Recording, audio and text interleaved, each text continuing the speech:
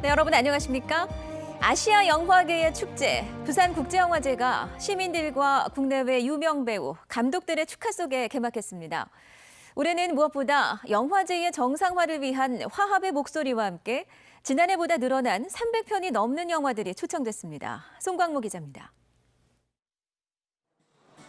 국내외 정상급 배우와 감독들이 짙게 깔린 레드카펫 위를 수놓습니다. 관객들에게 보내는 미소 속에는 자신감과 결의까지 엿보입니다. 배우 김남길과 한지민의 사회로 진행된 개막식에는 200명이 넘는 영화계 인사와 시민들로 가득 찼습니다.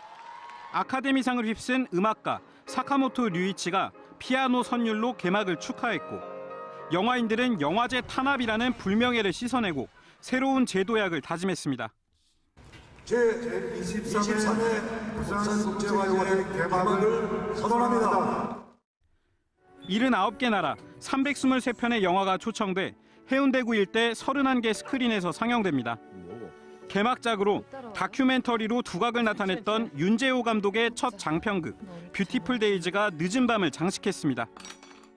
비극적인 상황들이 있었음에도 자신이 살아갈 수 있는 자신만의 최선의 방식으로 담담하게 삶을 살아가는 캐릭터를 맡았습니다. 주목받는 화제작 갈라 프레젠테이션에는 배우 박해일, 문소리 주연의 군산 거위를 노래하다와 홍콩 영화 초연, 일본의 킬링이 배치됐습니다. 올해는 패왕별이 등 영화사에 족적을 남긴 걸작을 보여주는 부산 클래식이 신설됐습니다. 영화제 시작점인 중구 일대에서도 참여형 프로그램들이 배치돼 볼거리, 즐길거리 모두 늘었다는 평가입니다. 화합과 정상화를 다짐하며 첫 발을 내디딘 이번 영화제는 폐막작 연문회전을 마지막으로 오는 13일까지 열립니다. MBC 뉴스 송광모입니다. 근데 사실 최근에 부산국제영화제는 다이빙벨 사태 이후 그 위상이 급격히 추락했습니다. 전성기의 위상을 회복하기 위해서는 관람객의 증가뿐 아니라 예산의 독립성도 확보하는 등 비프 조직위의 노력이 절실하다는 지적입니다. 이만은 기자입니다. 다이빙벨 사태 이후 추락한 부산국제영화제의 위상을 보여주는 지표는 관람객 수입니다.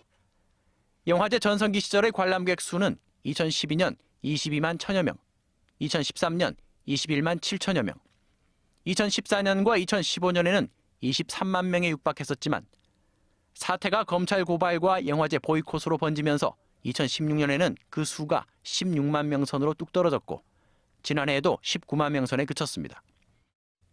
비프 조직위는 초심으로 돌아가겠다며 올해를 영화제 정상화의 원년으로 선언했습니다. 내년부터는 충분한 시간과 여유를 갖고 좀 더 우리 국제자문위원단과 협의해서 새로운 위상에 걸맞는 그런 새로운 프로그램을 선보일 생각을 가지고 있습니다. 그러나 과거 전성기의 위상을 회복하기엔 갈 길이 멀어 보입니다. 출범 23년이 지나도록 지원금과 기부금 없이는 영화제를 개최할 수 없는 구조부터가 문제입니다.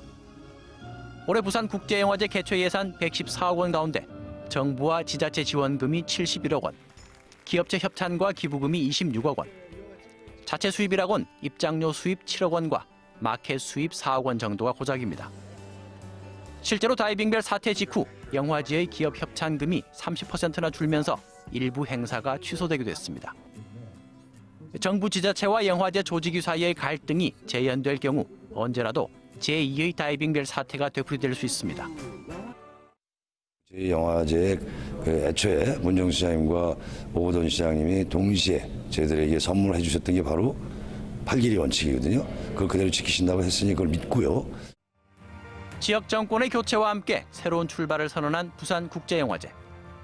아시아 최고 영화제로의 재도약을 위해서는 대중의 신뢰 회복과 예산의 자립성 확보 등 영화제 조직위의 혁신이 필요한 시점입니다. MBC 뉴스 이만흥입니다.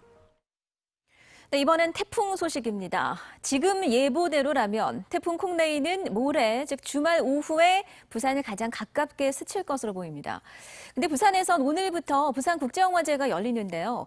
자칫 2년 전 태풍 차바야 악몽이 재현되는 것 아닌지 긴장의 끈을 놓지 못하고 있습니다. 김윤아 기자입니다. 부산국제영화제를 앞두고 해운대 해수욕장 백사장에 마련된 비프빌리지 야외 무대. 중장비 여러 대가 투입돼 시설물을 뜯어내고 옮기느라 분주합니다. 준비를 하는 찰나에 마지막 태풍이 올라온다 해가지고 출발하는 거예요. 여기는 이제 안 하는데 해운대 안 하는데 올해는 안 한대요. 영화제 주요 행사가 열리는 상징적인 무대지만 태풍 소식에 개막을 눈앞에 두고 철거 결정이 내려졌습니다. 아침 일찍부터 이곳 백사장에서는 철거 작업이 시작됐습니다. 부산국제영화제의 주 무대인 비프빌리지 야외 무대가 개막도 하기 전 사라질 위기에 처했습니다. 비프빌리지에서 열릴 예정이던 28개 야외 행사는 실내로 옮겨 진행됩니다. 지난 2016년에도 개막 하루 전에 태풍 차바가 부산을 휩쓸면서 비프빌리지가 파손되는 등 영화제 운영에 큰 차질을 빚었습니다. 특히 만조 시간까지 겹치면서 10m 높이의 해일이 덮친 해운대 일대는 물바다로 변하기도 했습니다.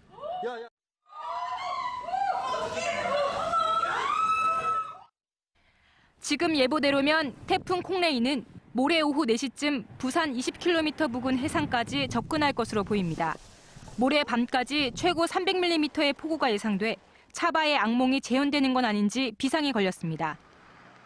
일단은 일정을 많이 조절을 했고요. 그리고 관객들과의 약속이기 때문에 그 일정들은 취소하지 않고 다 소화할 수 있도록 지금 방안을 강구해서 노력을 하고 있습니다. 부산뿐 아니라 울산과 경남 지방의 지역 축제나 행사도 줄줄이 취소되는 등 영남 지방은 숨을 죽인 채 콩레이의 북상 상황을 지켜보고 있습니다. MBC 뉴스 김민아입니다. 네, 이처럼 아주 강력한 가을 태풍 콩레이가 북상하고 있습니다. 부산은 모레인 토요일 오후가 고비가 될 전망이죠. 철저한 대비가 필요하겠습니다. 윤파란 기자입니다. 태풍 북상 소식에 어선들은 일찌감치 육지로 피항했습니다. 벌써 바다에는 평소보다 훨씬 큰 파도가 치고 있습니다. 기상 상황을 계속해서 주시하면서 기상 상황이 악화된다 하면 저희들이 해수욕장 인력을 배치해서 백사장 내에 접근을 하지 못하도록 통제할 계획으로 있습니다. 제25호 태풍 콩레이 경로는 아직 유동적입니다. 현재 일본 오키나와 앞바다에서 제주 서귀포 부근으로 이동 중입니다. 토요일인 모레 아침 제주가 직접 영향권에 들겠고 오후에 부산을 스치고 독도 앞바다를 통해 빠져나갈 것으로 보입니다. 모레 오후에는 부산 남남서쪽 30km 부근 해상까지 접근할 것으로 예상됩니다.